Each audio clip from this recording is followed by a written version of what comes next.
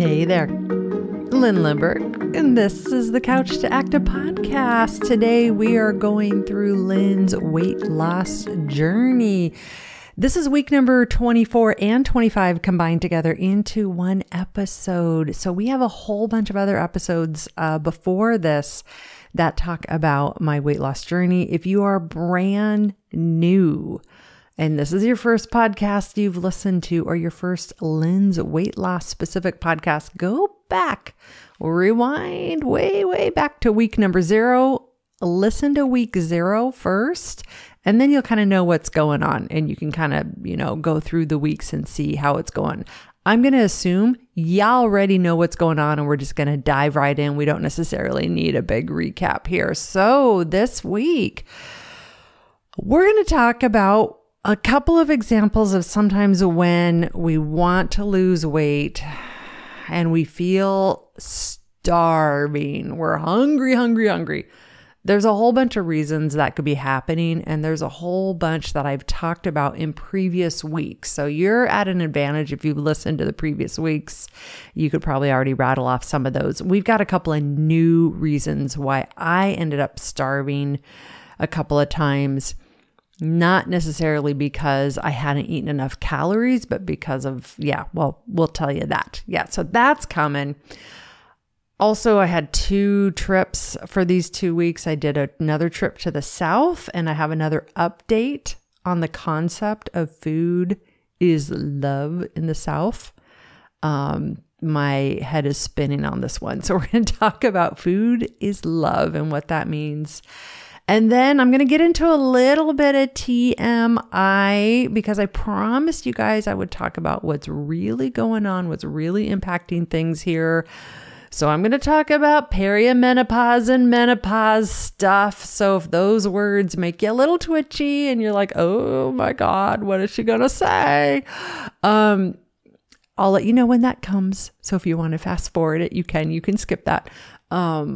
I'm actually a little bit like crud. I didn't even know this was going to be happening when I started this podcast, but it's real and it's definitely a part of it. So, so when it comes to menopause, perimenopause, things making it weight loss more difficult or making weight loss feel impossible, or is it? Yeah. Okay. But first, before we dive into that stuff today, and then at the end, I'll let you know what the actual numbers on the scale said as far as weight loss. And I promise you, I am not an advocate of openly sharing to everybody around what your numbers are on a scale like I do. This is one incident where don't do what I do because most people in the world can't handle it. They can't handle it. And if you go around saying, I weigh this much this week and I weighed that much last week, it really makes people twitchy and they don't know what to do with it. And in my own personal life, I don't. In fact, I don't even really talk about a weight loss journey in my personal life. Pretty much talk about it in front of this beautiful microphone, fabulous microphone I love. And it makes me smile. Sitting in a room by myself, my studio here, recording, and I get talking and I kind of forget that I'm not alone, even though right now I am alone talking, but I'm talking to you. So, wow, that was a bit of a tangent, but the moral of the story is don't necessarily just go around willy-nilly sharing your number of your scale with anybody. It can be wrought with all kinds of really weird reactions, and mostly no fault of the person who is reacting poorly or awkwardly. It's our culture for weight and what value or social, what's the word I'm looking for, right? It's that social weight. It's just a bunch of weight. Yeah. So do not recommend you sharing the numbers, but I do. I've been very open about exactly what the numbers are on the scale for me, and about nutrients I'm eating, in part because I want you to see real time what's really happening with me as a one case example. I am not the example for the whole world. We know that. Like, that's obvious. Doesn't need to be said, but it feels like I needed to say it today. So before we dive in, I do want to talk about one really weird non-scale victory that happened in the hot tub of my swimming pool. And no, there wasn't anybody who said, my, Lynn, you're looking mighty fine in that bikini. Like, can you imagine? I'm like this 50-year-old woman. I actually live between several military bases. So most of the people who live in this apartment complex, I'm old enough to be their mother. So that would be really weird. That would actually be really weird. In fact, actually once at the hot tub, one of the gentlemen, there was a group of people hanging out, and one of the gentlemen did say something about like, wow, you look fantastic for your age. Yeah. If you're like middle age or above, you caught it, right? For your age. And it was funny though, because he actually pulled it off and it didn't feel weird to me at all. And maybe that's my own confidence. Maybe I don't care what people think. Okay. Anyhow, so the non-scale victory, no, there was nobody there. In fact, it had nothing to do with any other person but my own observation. Go into the hot tub. After Labor Day, I think September, I think everybody around here forgot that we even have a hot tub, because I've been going to this hot tub as part of my stress management protocol to really help slow down and breathe and take a moment, not on the computer, not on my phone, not having a TV show running in the background while I'm cooking dinner, away from screens, and just decompress. Yes, in the hot tub every single day. Since Labor Day, almost 2 months, I have only once seen one other person in the hot tub. So I think everybody kind of forgot it was open, but I'm still going. So anyhow, okay. Here's my non-scale victory, the non-scale victory. When I first started this weight loss journey, the pool opened Memorial Day weekend. So that was May. I had lost some weight, but I was still 1 month into my weight loss journey. Yeah, about 1 month in, almost exactly. And when I got into the hot tub at the beginning, late May, my feet would kind of float a little, or my legs would kind of float. Like, I would sit on the bench inside the hot tub. The water's up to my shoulders. I don't like the jets on a hot tub. The jets are just noisy and bubbly, and they kind of, I don't know, they rattle my nervous system. So whenever I can, I have the jets off. So it's just more like a hot tub, not this spa, Yeah. I know most people like to turn the jets on. Doesn't matter. Not the point. Sitting on that bench, water's up to my shoulders. It feels so good. I kind of like to have my feet up on the bench with me too. Don't know why, just do. Feels more relaxing. But my feet in May, my legs would kind of bobble there. And of course, even with the jets not on, there's still water running. So there's still some circulation, and it would be just enough to kind of bobble my legs around in the hot tub. And I'm like, where is she going with this? I know. Stick with me, kids. My legs would kind of bobble around in the hot tub a little, and that would be just enough to make my behind kind of come up off the seat and just like kind of float, just inch a little bit. And so I never felt like I could totally fully relax, because I would have to kind of like have my arm somewhere to kind of hold on, or my body would just kind of float away a little bit. Okay. There is a point to this. So I'm laughing at myself because this is so silly, but it's real. It's real. So now I'm down more than 30 pounds, doing it very deliberately so that I am losing fat, gaining strength, retaining as much muscle as I can. We know that. I've preached that 1,000 times. It's working, y'all. It's working, because now when I get into the hot tub, I had this aha that my body fat and my lean mass has adjusted enough that my buoyancy is not as high. That's right. So when I sit in the hot tub, my heels of my feet rest on that bench and they stay. My feet don't bobble away, which makes my behind stay in place, which makes my whole body be able to relax more in the hot tub. Now, is this a first world problem? Yes. Am I being silly? Yes. Am I geeking out a little bit about the whole body mass and how, there's a denser, muscle is denser than fat, and with water, muscle will sink, fat will float. And if you get that balanced out a little bit better, it actually changes the buoyancy of you in the water. That is actually really pretty cool, because knowing how much proportion of body fat to lean mass you have in your body, there are, tests that can be done, but they're usually not covered by insurance unless you have something else going on, and they're usually expensive. But to be able to go in a hot tub day after day after day and realize, oh, my buoyancy is actually getting lower. That is pretty cool. So, okay, let's actually get into it now here. So that was my hot tub victory. No, I would love, if I came to you and was like, oh yes, in the hot tub, people love, like, wow, look at you. I don't know that actually. I don't know that I would like that actually, but it was that I just wasn't floating as much. All right. Another thing with weight loss.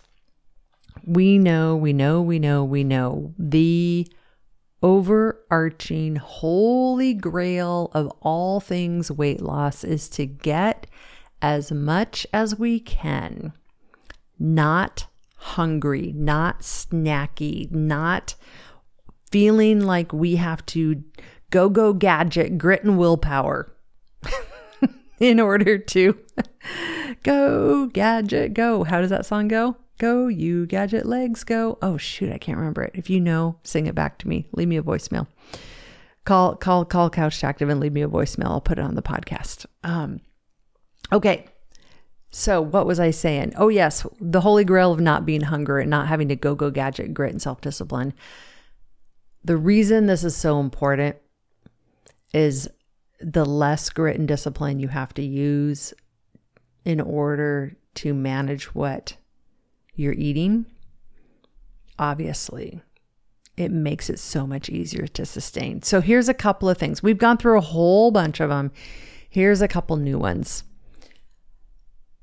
As I have gained more and more health and more strength, I have been able to do longer exercise bouts of exercise. So a couple of weeks ago, I did that 11-mile sand spit hike, which was super duper awesome.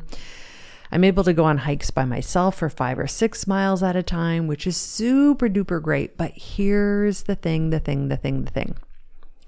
Steady state cardio in excess of usually about an hour. This is all ballpark stuff. It's different for everybody. It depends on how hard you work and don't work and how much of a calorie deficit you're in and a bunch of things. But rule of thumb, steady state cardio for more than an hour, day after day, can actually stimulate appetite, which in another way is saying can make you hungry. Yeah, I don't know why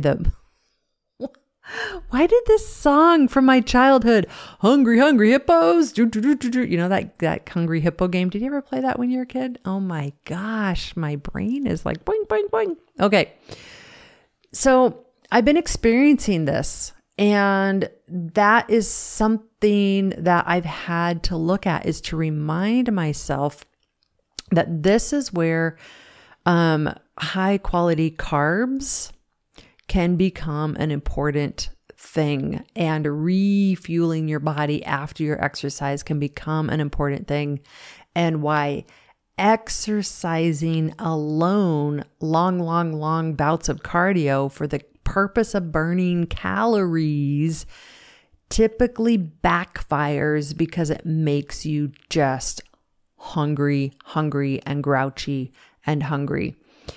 So what do we do about this? We look at when we're going to exercise. And if we know we have a big exercise day, like my 11-mile sand spit hike, we proactively eat more, not a lot more, but more the day before. We proactively eat a good amount before, like at least 2-3 hours before you exercise the day of, and you don't let yourself get hungry afterwards and you fuel really well after.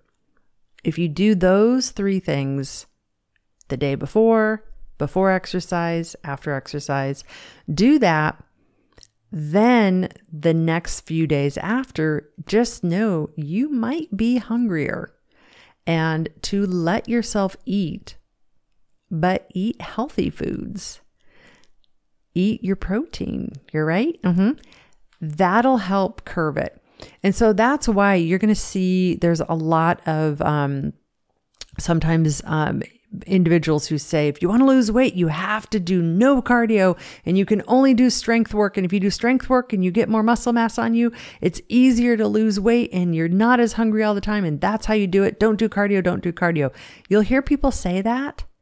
The problem with that is we need to still be doing cardiovascular exercise. We still need to get our heart rate up, our blood pumping, our lungs breathing, because that promotes cardiovascular health, which is huge. So you need cardiovascular health and you need strength. But if you're really earnestly saying, I want to do specifically gaining strength, weight loss, I want to do it healthy, I want to keep my cardio, and I don't want to be hungry all the time, then unless as a lifestyle, you're doing marathons or half marathons and you love doing marathons and half marathons and you love running all the time and you actually can kind of out exercise what you eat, unless that's your lifestyle, then long state cardio isn't necessarily the right thing for you. And that's where, like my sand spit hike, that was 11 miles that I just loved. It wasn't so much about the exercise. It wasn't so much about going 11 miles. It was more about the epic adventure.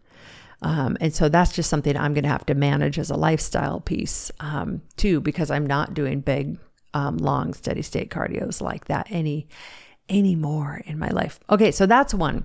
Long cardios can trigger hunger sometimes. Number two, if you eat a carby breakfast, a scone, croissant, a bowl of cereal for breakfast, it will make you hungry all day long. That's right. So we're not going to dive into this for big deal, but we're not going to dive into this into a big deal, but I'm not even going to edit that out. My mouth won't say those words right. Okay, so here it is. If you are struggling with hunger, look at this. What's the first thing you eat in the morning? Is it full of protein or is it all carbs? If there isn't a balance of protein, fat, and carbs in what you eat in the breakfast,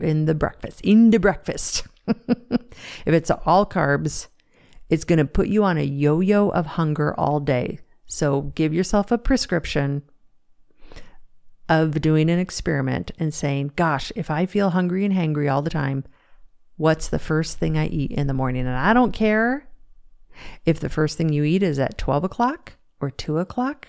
Well, I kind of do, but that question always comes up. Or 4 o'clock in the morning. First thing you eat, high quality protein, and see how the day goes. And you will most definitely, very likely, unless there's other factors going on, have less hunger during the day. So there we go. Okay. I want to give you a really quick update. This week I had 2 trips. One was The first week was finishing my visit to my son in Alabama in the South. And I don't know if you guys remember a few weeks ago. Yeah, of course you remember. I told you the story about how I ordered a pimento bacon tomato sandwich. And from Seattle, I had no idea what it was. And I made this huge deal about this awful sandwich, which is like grated cheddar cheese kind of with mayonnaise and butter all mixed together with a pimento thing. Okay, well, when I went back to Alabama to visit my son, so dropped him off at college, now I'm back to visit him. I went partly with the explicit purpose of finding out if that was a one-off thing. And if you're from the South, you already know. You're like, oh, this lady, she's so adorable. She doesn't know the food of the South. No, I don't. I don't. I went and looked. Every grocery store, you could buy pimento cheese in a tub. My son and I went to this really amazing high-end garden arboretum kind of place. It was really cool. And they had like high-end sandwiches and beautiful salads. And you could buy a tub of this pimento cheese stuff. So I know if you're from the South, you're laughing at me. It's okay. Go ahead. It's a thing. It's a thing. And apparently it's a beloved thing. Another thing was in Seattle, when you get a steak, it's at a high-end restaurant. When you order the steak, it's really expensive. And it just comes by itself. And if you want something to go with it, like a vegetable or a starch, you have to order that too. And they're really expensive. And if you get a cocktail, they're really expensive at steakhouses. And so usually around Seattle, if two people go to a steakhouse, it's easily a $300 bill. And this is oh my gosh. It's 2023. Oh my. Okay. I can't believe I did that. We're leaving it in. We're just going to go straight run through here. No editing today. All mistakes stay in. So anyhow, that's kind of what I expected. And when I went to visit my son, part of it was around his birthday. And, I taught him how to cook filet mignons as a special thing. And so I said, hey, let's go to a steakhouse and we'll get a steak together for your birthday. It'll be fabulous. And in my mind, I'm thinking like, high-end white linen tablecloths, a live piano playing, and the sommelier coming up with, the towel wrapped over their arm, being like, hello, how can I help you this evening? No, I know. And if you're from the South, you're like, wow, this lady does not know us. I'm learning. There's hope for me. I'm learning. I asked around, where can you get the best steak around here? And they said it was a place called Mike's Steakhouse.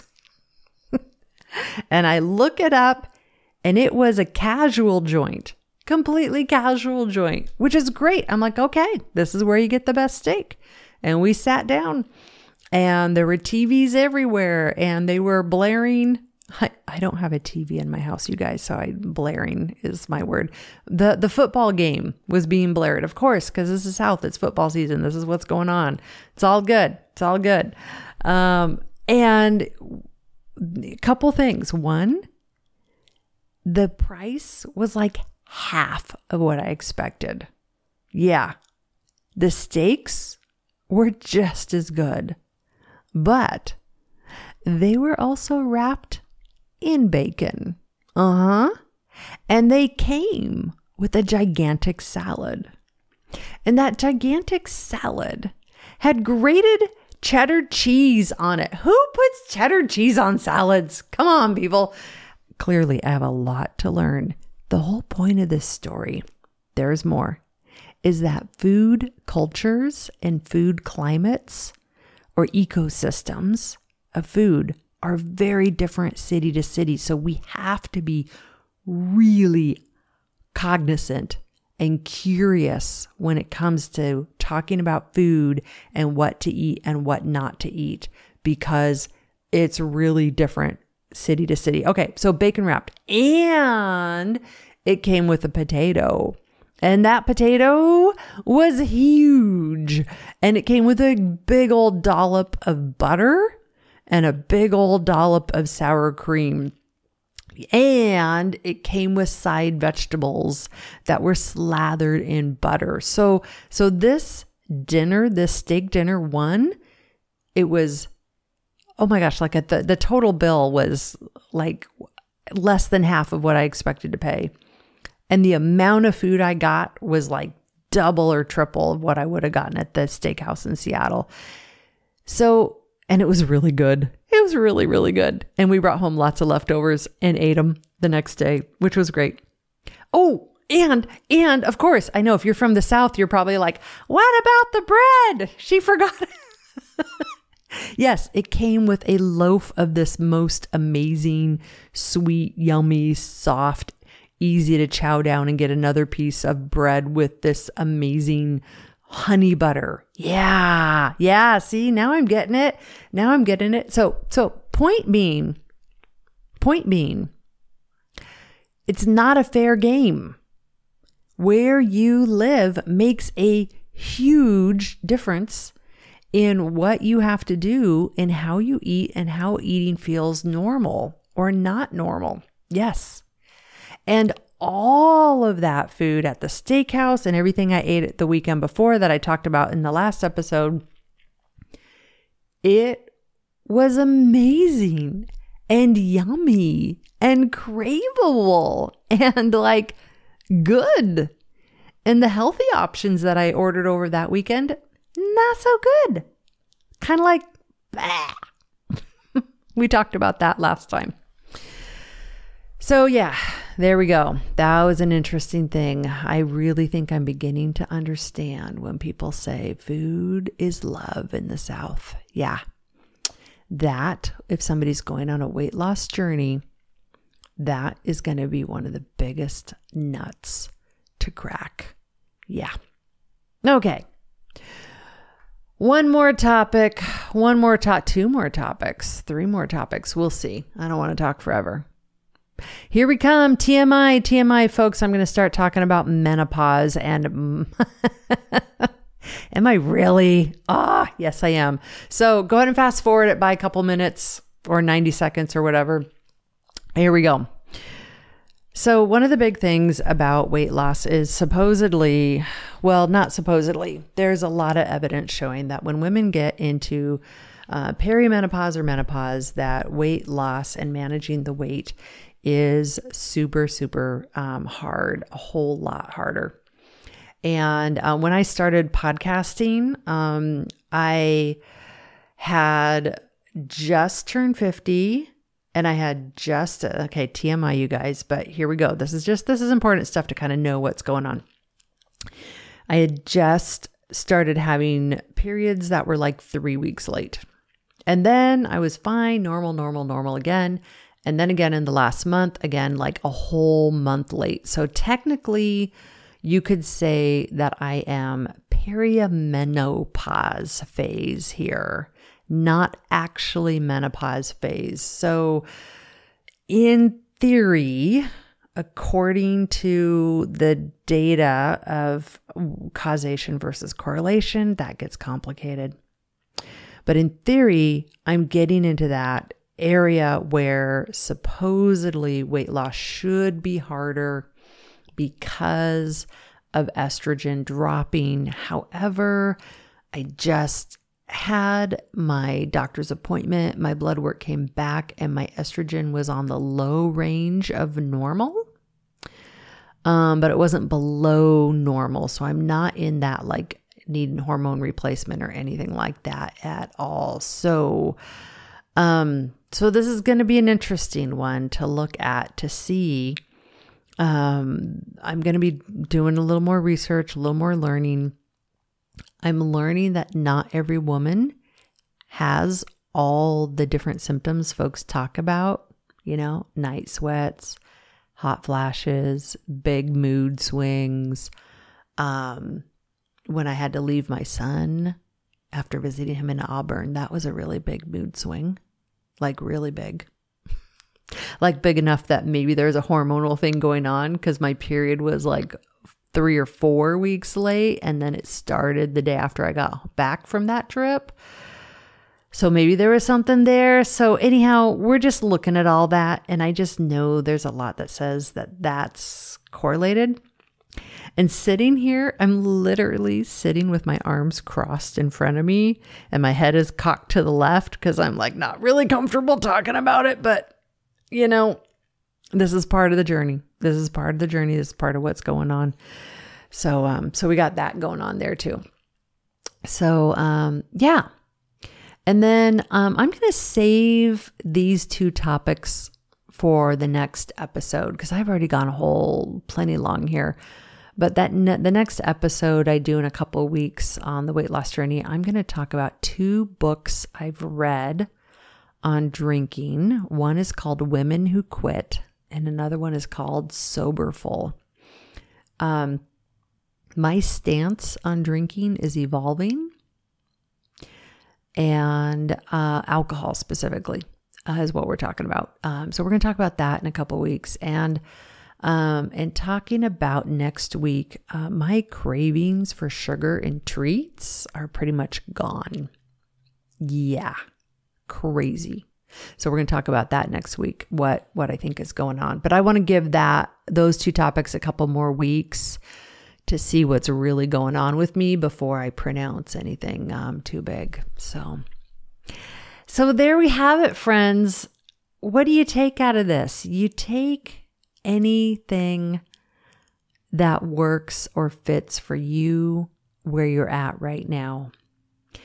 And one thing that's super duper important is that you don't compare yourself to me too closely. You are a factor of 1.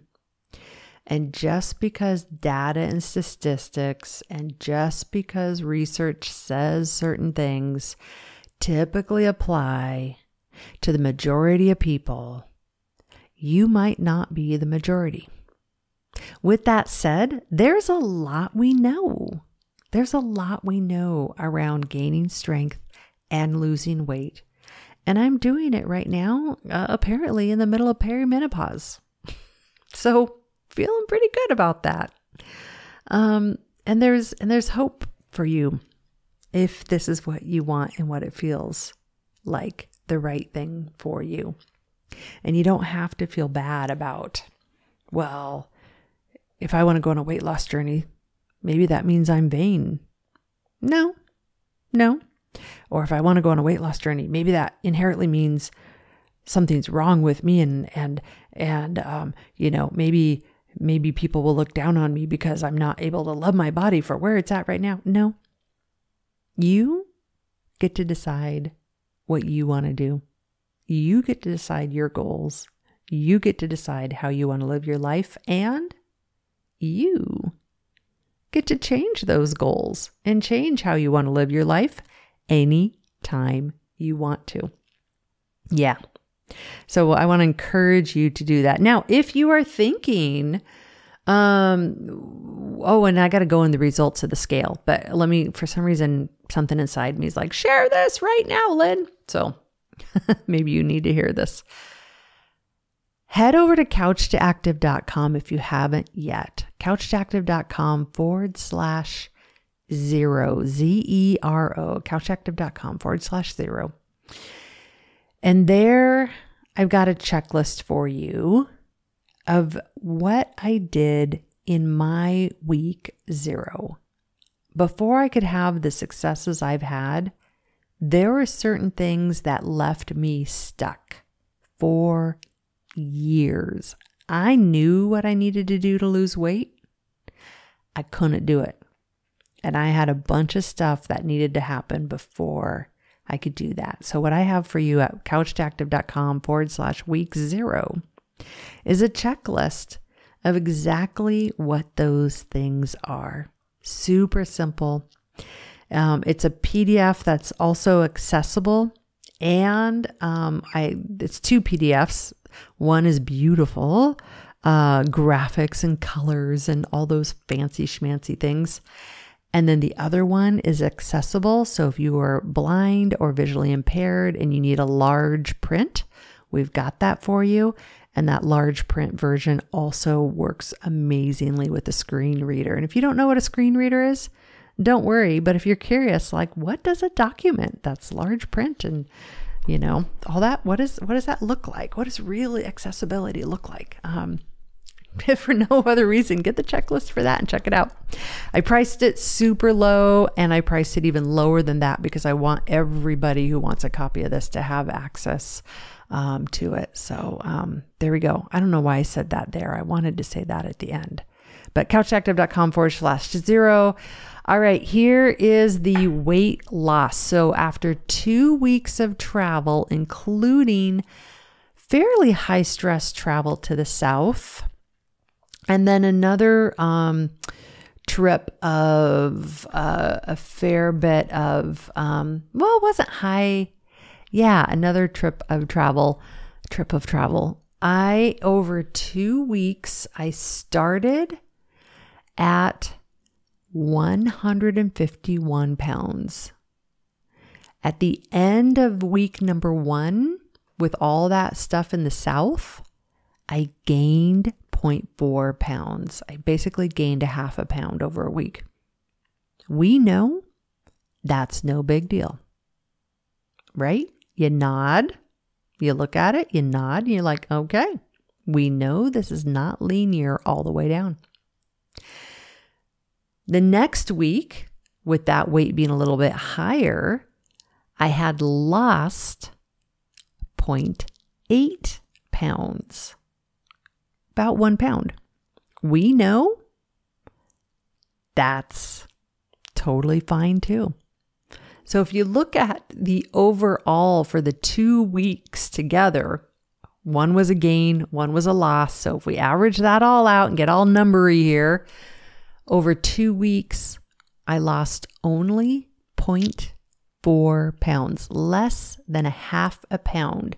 If I had drank a big glass of water before I stepped on the scale, it would have been 0 pounds lost over 2 weeks. This is where we got to really make sure we don't get our panties in a bunch. We breathe, we don't get agitated, we don't think, oh my gosh, all this work for nothing. No, because I'm still in 24 weeks, I'm at a total loss over 25 weeks, a total loss of 31.4 pounds. And that is what's important. Slow and steady, doing it in a way that I can live a life I love. Eating steak with my son, but not overeating it. Eating the beautiful food that's around in the South and letting myself relax a little more on that while I'm there with him. So the weight loss essentially stalls, but I'm maintaining. And that's a great thing. We got to live our lives. We got to love our lives in the process, or it'll never stick. And it just becomes a gigantic yo-yo. Yeah. There we go, friends. Week 24, week 25. Not all these podcasts are weight loss. We've got, over 500 episodes out there with lots of good stuff in there. So if weight loss is not the right topic for you and you just listen to this whole thing, why? I know, I'm a curious person too. That's a really good trait. But do get yourself that checklist, couchactive.com/0, ZERO, and reach out to me and we'll get your similar journey going.